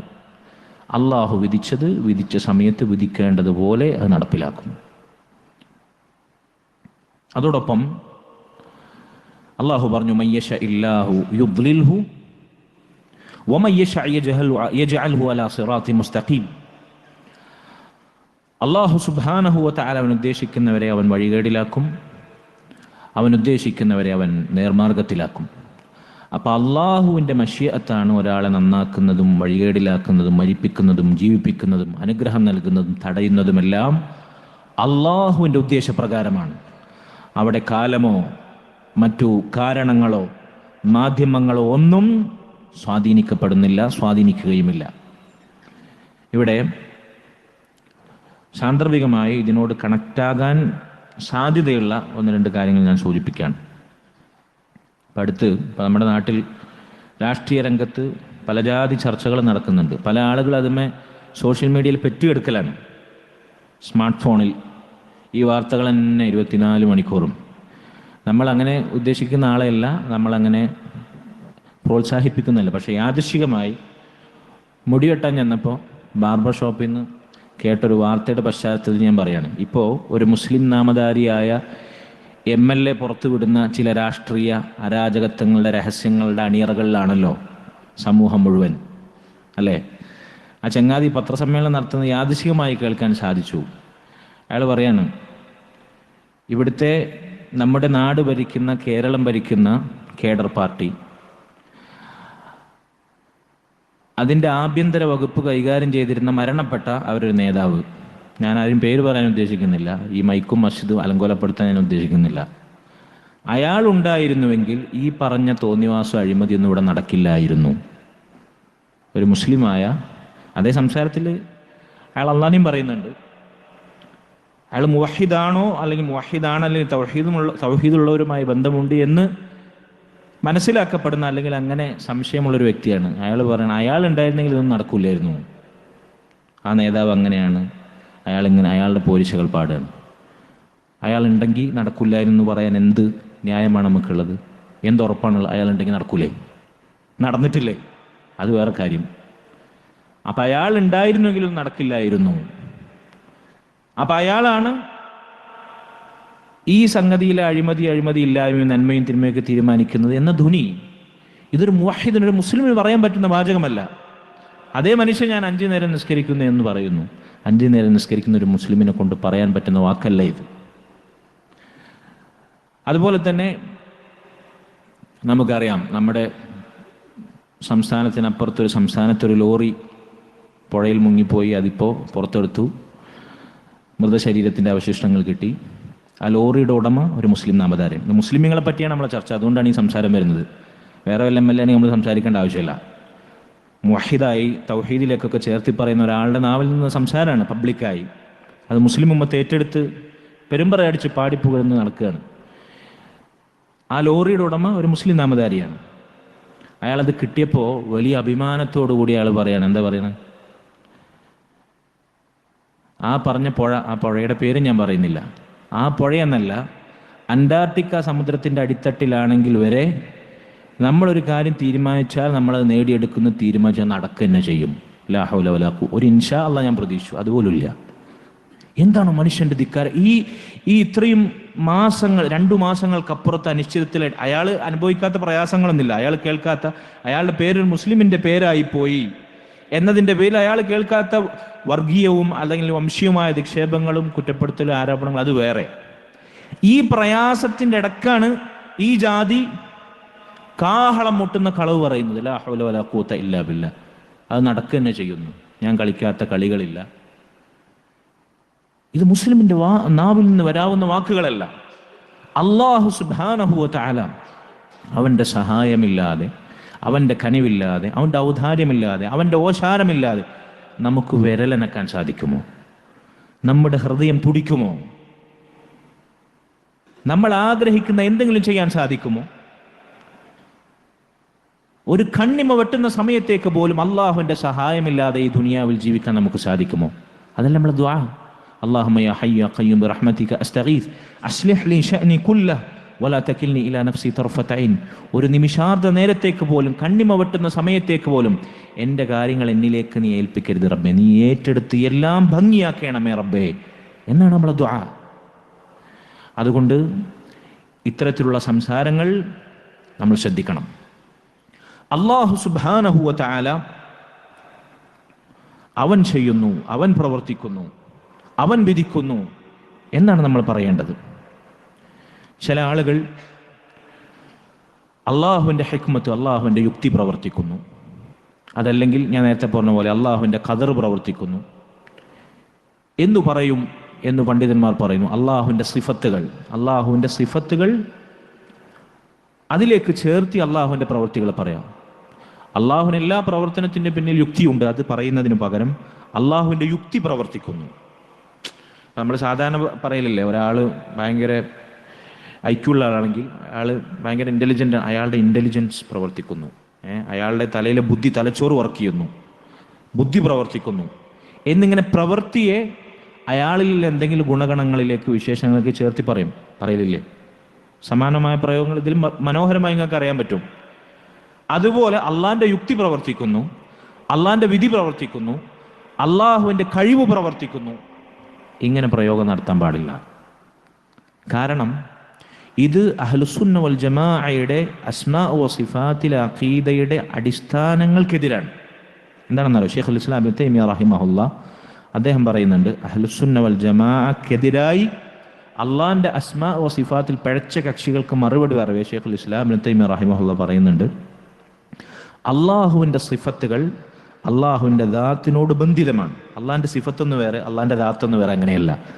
സിഫത്തുകൾ അള്ളാഹുവിൻ്റെ ദാത്തിനുള്ള വിശേഷണമാണ്. സിഫത്ത് അള്ളാഹുവിൽ നിന്ന് വേർപ്പെടുന്നുണ്ടോ? ഇല്ല. അള്ളാഹുവിൻ്റെ ദാത്തിനെ വിശേഷിപ്പിക്കുന്ന, അള്ളാഹുവിൻ്റെ അസ്തിത്വത്തെ, സത്തയെ വിശേഷിപ്പിക്കുന്ന വിശേഷണങ്ങളാണ് സിഫത്തുകൾ. പക്ഷെ പിഴച്ച കക്ഷികൾക്ക് വേറൊരു വാദമുണ്ട്, സിഫത്ത് അത് വേറെ, ഓരോ സിഫത്തും സ്വതന്ത്രമായ വേറൊരു സംഗതി, ദാത്തൊന്ന് വേറെ, അങ്ങനെ സംഗതി ഉണ്ടാവും. ഇപ്പോൾ ഫുലാൻ ഇബ്നു ഫുലാൻ, അയാൾ നല്ല ബുദ്ധിയുള്ളവനാണ്, അയാൾ നല്ല കാഴ്ചശക്തിയുള്ളവരാണ്, അയാൾ നല്ല പാണ്ഡിത്യമുള്ളതാണ്, അറിവുള്ള ആളാണ്, നല്ല എഴുത്തുകാരനാണ് എന്ന് പറയുമ്പോൾ അയാളുടെ എഴുത്ത് എന്നുള്ള വിശേഷണം ഒന്ന് വേറെ, അയാളൊന്ന് വേറെ, എഴുത്ത് വേറൊരു സാധനം, അയാൾ വേറൊരു ദാത്ത്, ഇങ്ങനെയാണ് നമ്മൾ മനസ്സിലാക്കുക. അയാളിലുള്ള, അയാളെ വിശേഷിപ്പിക്കുന്ന വിശേഷങ്ങളാണല്ലോ ഈ സിഫത്തുകൾ. അപ്പൊ അള്ളാഹുവിൻ്റെ ഹിക്മത്ത് വിധിക്കുന്നു, അള്ളാഹുവിൻ്റെ കഴിവ് വിധിക്കുന്നു, അള്ളാഹുവിൻ്റെ ഹിക്മത്ത് പ്രവർത്തിക്കുന്നു എന്ന് പറഞ്ഞു കഴിഞ്ഞാൽ, ഹിക്മത്ത് എന്ന സംഗതി അള്ളാഹുവിൽ നിന്ന് വേറിട്ട വേറൊരു സംഗതിയാണ്, അതിന് പ്രവർത്തിക്കാൻ അതിനൊക്കെ കഴിവുണ്ട് എന്ന പഴച്ചവാദത്തിലേക്കുള്ള ധ്വനി അതിലുണ്ട്. അതുകൊണ്ട് എന്താ നമ്മൾ പറയേണ്ടത്? അള്ളാഹു വിധിക്കുന്നു, പ്രവർത്തനങ്ങൾ, അള്ളാഹുവിൻ്റെ പ്രവർത്തനങ്ങൾ അള്ളാഹുലേക്ക് ചേർത്ത് പറയുന്നു. അതല്ലേ മാന്യവും സൂക്ഷ്മവും ബുദ്ധിപരവുമായ പ്രയോഗം.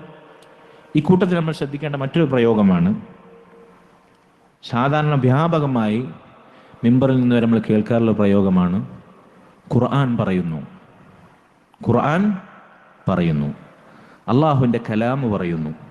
ഖുർആൻ അള്ളാഹുവിൻ്റെ കലാം എന്ന് പറഞ്ഞാൽ എന്താണ് അർത്ഥം? അള്ളാഹുവിൻ്റെ കലാം എന്ന് പറഞ്ഞാൽ അള്ളാഹിൻ്റെ സിഫത്താണ്. ഖുർആൻ പറയോ? അള്ളാഹിൻ്റെ കലാം പറയോ? ഇത് ഷെയ്ഖുൽ ഇസ്ലാം ഇബ്നു തൈമിയ്യ റഹിമഹുല്ലാഹ് പറഞ്ഞ അള്ളാഹിൻ്റെ ഹിക്മത്ത് പ്രവർത്തിക്കുന്നു, അള്ളാഹുവിൻ്റെ കഴിവ് പ്രവർത്തിക്കുന്നു, അള്ളാഹുവിൻ്റെ സിഫത്തുകൾ അത് സ്വതന്ത്രമായി പ്രവർത്തിക്കുന്നു എന്നതിലേക്ക് ധ്വനിപ്പിക്കുന്ന പ്രയോഗമാണ്. ഇവിടെ നമ്മൾ ന്യായീകരിക്കും. അതിനാണ് ഞാൻ ആദ്യ അടിസ്ഥാനം പറഞ്ഞു വെച്ച്, ഖുർആൻ പറയുന്നത് നമ്മൾ ഉദ്ദേശിക്കുന്ന ഖുർആനിൽ അള്ളാഹ് പറയുന്നല്ലേ. നമ്മൾ ഖുർആൻ അങ്ങനെ സ്വതന്ത്രമായി സംസാരിക്കുന്ന ഒരു വസ്തുവായി, ഖുർആൻ ഒരു ദാത്തുള്ളതായി നമ്മൾ മനസ്സിലാക്കുന്നില്ല. നമ്മൾ അങ്ങനെ ഉദ്ദേശിച്ചിട്ടില്ല. ശരി, ഉദ്ദേശിച്ചിട്ടില്ലെങ്കിൽ എന്തിനാണ് ഇങ്ങനെ ദ്വയാർത്ഥമുള്ള ധ്വനിപ്പിക്കുന്ന പദപ്രയോഗങ്ങൾ നമ്മൾ നടത്തുന്നത്? നിങ്ങൾ കണ്ടിട്ടുണ്ടോ അറബി കേൾക്കുന്ന, അല്ലെങ്കിൽ കേട്ടിട്ടുള്ള അറബിയിലുള്ള പണ്ഡിതന്മാരുടെ സംസാരം കേൾക്കുന്ന, അതല്ലെങ്കിൽ ഇംഗ്ലീഷ് സ്കോളേഴ്സ് തന്നെ, സലഫി സ്കോളേഴ്സിൻ്റെ സംസാരം കേട്ടുള്ള ആൾ, അവരൊരിക്കലും ഖുർആൻ പറയുന്നു ഞാൻ കേട്ടിട്ടില്ല. അറബിയിലുള്ള മശായിഖ്മാർ ഖാല അല്ലാഹു തആല ഫിൽ ഖുർആനിൽ കരീം, ഖാല അല്ലാഹു തബാറക വ തആല, യഖൂലു അല്ലാഹു തബാറക വ തആല, അല്ലാഹു പറയുന്നു, അല്ലാഹു ഖുർആനിലൂടെ പറയുന്നു, അല്ലാഹുവിൻ്റെ കലാമിലൂടെ പറയുന്നു എന്നേ അവർ പറയാറുള്ളൂ. അതാണ് സൂക്ഷ്മമായ പ്രയോഗം. അല്ലാതെ ഖുർആൻ പറയുന്നു പറഞ്ഞാൽ ഖുർആൻ പറയാൻ സാധിക്കുന്ന ഒരു ദാത്തുള്ള അള്ളാഹുവിൻ്റെ ദാത്തിൽ നിന്ന് വേർപ്പെട്ടൊരു സിഫത്ത് എന്ന ധ്വനിയിലേക്ക് അത് വരും. ഉദ്ദേശം എന്താകട്ടെ, ഉദ്ദേശത്തെക്കുറിച്ച് നമ്മൾ ചർച്ചയല്ല, പ്രയോഗത്തിൽ അങ്ങനെ അബദ്ധം വരും. അതുകൊണ്ട് ഖുർആൻ പറയുന്നു, അള്ളാഹുവിൻ്റെ കലാം പറയുന്നു എന്നതിനേക്കാൾ സൂക്ഷ്മമായ പ്രയോഗം എന്താണ്? വേറെ പ്രയോഗം ഇല്ലെങ്കിൽ ഓക്കെ, അള്ളാഹു ഖുർആനിലൂടെ പറയുന്നു, അതല്ലേ ശരി? ഖുർആൻ അള്ളാഹുവിൻ്റെ സംസാരമാണ്. ഖുർആനിലൂടെ അള്ളാഹു സംസാരിക്കുന്നു, ഖുർആനിലൂടെ അള്ളാഹു പറയുന്നു, അള്ളാഹുവിൻ്റെ കലാമിലൂടെ പറയുന്നു. അതാണ് സൂക്ഷ്മമായ പ്രയോഗം. അങ്ങനെ പറയുന്നവർ ഈ അഖീദക്കെതിരാണ്, പഴച്ചവരാണെന്നൊന്നും ഞാനിവിടെ വിധിക്കാൻ ആളല്ലേ. സൂക്ഷ്മമായ പ്രയോഗം അതാണ് പറയുന്നത്. നമ്മളെ വാക്ക് യഖൂലു ലില്ലതി ഹിയ അഹ്സൻ, ഏറ്റവും അഹ്സനായ പ്രയോഗം. ഖൂലു ഖൗലൻ സദീദ, ഏറ്റവും ശരിയായ പ്രയോഗം. അതാണ് അള്ളാഹു നമ്മോട് പറയാൻ ആവശ്യപ്പെട്ടിട്ടുള്ളത്. അതിൻ്റെ അടിസ്ഥാനത്തിൽ ഈ പദപ്രയോഗങ്ങൾ നമ്മൾ ശ്രദ്ധിക്കണം. വല്ലാഹു അഅലം ബിസ്സവാബ്. വേറെ ചില ഉദാഹരണങ്ങൾ ഷെയ്ഖ് ഇതിൽ സാന്ദർഭികമായി പറയുന്നത്, എന്തുകൊണ്ടാണ് ഇത്തരത്തിലുള്ള അബദ്ധങ്ങൾ, വാക്കിൽ ഇത്തരത്തിലുള്ള അബദ്ധങ്ങൾ ആളുകൾക്ക് സംഭവിക്കുന്നത്? എന്തായിരിക്കും ഇതിൻ്റെ കാരണം എന്ന് പറയാൻ പറ്റുമോ? എന്തായിരിക്കും കാരണം? ഇപ്പം ഞാൻ ഒരുപാട് ഉദാഹരണങ്ങൾ പറഞ്ഞു, ഇതിൽ പലതും നമ്മുടെ നാവിൽ നിന്ന് വരെ വരുന്നതാണ് അല്ലേ? എന്താണ് ഇതിൻ്റെ കാരണം? അടിസ്ഥാന കാരണം എന്താണ്? അത് കേട്ട് വരുന്നത് അങ്ങനെ. ഈ കേട്ടത് തിരുത്തപ്പെടാതെ പോകുന്നത് എന്തുകൊണ്ടാണ്? പഠിക്കുന്നില്ല, ഇസ്ലാമിൻ്റെ ശരിയായ അഖീദ പഠിക്കുന്നില്ല. എന്തു പറയണം, എന്തു പറഞ്ഞുകൂടാ എന്ന് പഠിക്കുന്നില്ല. ഇത് നമ്മൾ പറഞ്ഞ അള്ളാഹുവിൻ്റെ അസ്മാ സിഫാത്തുമായി, അഖീദയുമായി, നമ്മുടെ വിശ്വാസത്തിൻ്റെ അടിത്തറയുമായി, അള്ളാഹുവിലുള്ള ഈമാനുമായി ബന്ധപ്പെട്ട ചർച്ച മാത്രമാണ് ഇതുവരെ നടത്തിയത്. അള്ളാഹുവിലുള്ള ഈമാൻ, ഞാൻ അള്ളാഹുവിൽ വിശ്വസിക്കുന്ന മുവഹിദാണ്, ഞാൻ പച്ച മുവഹിദാണ് എന്ന് മേനി നടിക്കുന്ന, അഭിമാനം പറയുന്നവരാണ് നമ്മൾ. അൽ ഈമാനു ബില്ലാഹ്, അള്ളാഹുള്ള ഈമാനിനെ ബാധിക്കുന്ന കാര്യമാണിത്. നമ്മുടെ തൗഹീദിന്റെ പൂർണ്ണതയെ ബാധിക്കുന്ന വിഷയങ്ങളാണിത്. വാക്കിൽ, ഒരുപക്ഷെ വാക്കിൽ കുഫ്റും ശിർക്കും ധ്വനിപ്പിക്കുന്ന പദപ്രയോഗങ്ങളാണിത്. ശേഷം ഇനി വരുന്നുണ്ട്, വിശദമായി നമുക്ക് സംസാരിക്കാം. അതുകൊണ്ട് ഇസ്ലാമിന്റെ അഖീദ നമ്മൾ ശരിക്കും പഠിക്കുന്നില്ല. പ്രത്യേകിച്ച് അള്ളാഹുവിന്റെ ഈ പറഞ്ഞ വിധിക്കെതിരായ സംസാരങ്ങളെല്ലാം, ഖലാ ഖദറിനെതിരായ സംസാരങ്ങളെല്ലാം അള്ളാഹുവിന്റെ സിഫാത്തുകളെ ചോദ്യം ചെയ്യുന്ന, അള്ളാഹുവിന്റെ ഹിക്മത്തിനെ, അള്ളാഹുവിന്റെ നീതിയെ, അള്ളാഹു ആരോടും ദുൽമ ചെയ്യുകയില്ല എന്ന, അള്ളാഹുവിൽ നമ്മൾ അകറ്റി നിർത്തേണ്ടുന്ന വിശേഷണങ്ങളെ, അള്ളാഹുവിന്റെ പരിശുദ്ധിയെ, അതിനെ കളങ്കം ചാർത്തുന്ന പ്രയോഗങ്ങളാണ്. അപ്പൊ എത്രത്തോളം നമ്മൾ ശ്രദ്ധിക്കണം. ഇതൊരു മുവഹിദിന്റെ ധർമ്മം, ഇത് പഠിക്കണം. നമ്മൾ കുത്തിയിരുന്ന് പഠിക്കണം, ചടഞ്ഞിരുന്ന്. എത്രത്തോളം നമ്മൾ പഠിക്കാനുണ്ട്. നമ്മൾ ആകെ അറിഞ്ഞ തൗഹീദാണെന്നാണ് പറയുന്നത്. നമുക്ക് ആകെ നമ്മൾ ദീനിൽ പഠിച്ചത് സലഫിയായിട്ട് തൗഹീദാണ്. നമ്മൾ തൗഹീദ് പഠിച്ചവരാണല്ലോ. തൗഹീദ് പഠിച്ചവരെ കഥയാണ് ഈ പറയുന്നത്. തൗഹീദിന്റെ ഭാഗമല്ലേ ഇതൊന്നും? അപ്പൊ തൗഹീദ് തന്നെ നമ്മൾ എത്ര പഠിക്കാനുണ്ട് സഹോദരങ്ങളെ. അത് അഹ്ലുസുന്നയുടെ പണ്ഡിതന്മാർ അത് വളരെ മനോഹരമായി, കൃത്യവും കണിശവും വ്യക്തവും വിശദവുമായി അവരെ ഗ്രന്ഥങ്ങളിൽ മുൻകാലത്തും പിൽക്കാലത്തും ഇന്നും രചിച്ചുകൊണ്ടിരിക്കുന്നു. ഓരോ കിതാബുകളുടെയും അവർ ചർച്ച ചെയ്യുന്ന വിഷയങ്ങൾ, നമ്മുടെ ദീനിനെ നിത്യജീവിതത്തിൽ ബാധിക്കുന്ന അബദ്ധങ്ങളുടെ ഗൗരവങ്ങൾ നമ്മൾ വായിക്കുമ്പോൾ നമ്മൾ എത്രയോ ഇനിയും പഠിക്കാനുണ്ട് എന്ന തിരിച്ചറിവാണ് നമ്മളെ നയിക്കേണ്ടത്. അതുകൊണ്ട് ഞാൻ ആവർത്തിച്ചു പറയട്ടെ, എൻ്റെ മുമ്പിലിരിക്കുന്ന പലർക്കും ആഴ്ചയിൽ നമ്മളിവിടെ സംഘടിപ്പിക്കുന്ന മജ്ലിസിൽ വരെ നമ്മുടെ തിലക്കുകളും നമ്മുടെ മറ്റു ഭൗതികമായ കാര്യങ്ങളും മാറ്റിവെച്ച് വരാൻ സാധിക്കാറില്ല. സാധിക്കണം. നമ്മൾ ആഴ്ചയിൽ ബാക്കിയുള്ള ദിവസവും മണിക്കൂറും രാവും പകലൊക്കെ നമ്മുടെ ദുനിയാവിന് വേണ്ടി ഓടുന്നുവെങ്കിൽ, നമ്മുടെ തൗഹീദ് സംരക്ഷിക്കാൻ, നമ്മുടെ അഖീദ സംരക്ഷിക്കാൻ, അതില്ലാതെ ദുനിയാവിൽ എന്ത് കെട്ടിപ്പടുത്തിട്ട് എന്താണ് ഉപകാരം സഹോദരങ്ങളെ? നമ്മുടെ അഖീദക്ക് വിള്ളൽ വരുന്ന വാക്കും പ്രവർത്തനമൊക്കെ നമ്മൾ ചെയ്തു കൂട്ടിയിട്ട് ദുനിയാവിൽ എന്ത് നേടിയിട്ട്, എന്ത് കെട്ടിപ്പടുത്തിട്ട് എന്താണ് നമുക്ക് കാര്യം? അതുകൊണ്ട് നമ്മുടെ അഖീദ നന്നാക്കാൻ, നമ്മുടെ ഈമാൻ ശരിയാകാൻ, നമ്മുടെ തൗഹീദ് പൂർണ്ണതയിലെത്തിക്കാൻ അവസാന സമയത്ത്, നിങ്ങൾക്കറിയോ, മഹാനായ അബൂ സുർഅ അർ-റാസി റഹിമഹുല്ല, മുമ്പ് ഞാൻ പറഞ്ഞിട്ടുണ്ട് ആ ചരിത്രം. അദ്ദേഹം വലിയ മുഹദ്ദിസായിരുന്നു.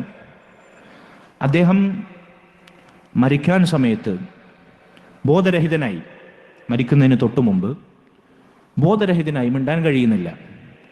അക്കാലഘട്ടത്തിൽ ജീവിച്ചിരുന്ന വലിയ പണ്ഡിതന്മാരും മുഹദ്ദിസുകളും അദ്ദേഹത്തിൻ്റെ ശിഷ്യഗണങ്ങളും അടങ്ങുന്ന ഒരു വിഭാഗം ആളുകൾ അദ്ദേഹത്തിൻ്റെ മരണശയ്യയിൽ അദ്ദേഹത്തെ കാണാൻ, അദ്ദേഹത്തിൽ നിന്ന് അന്തിമ വസിയത്ത് സ്വീകരിക്കാൻ വേണ്ടി പോയി.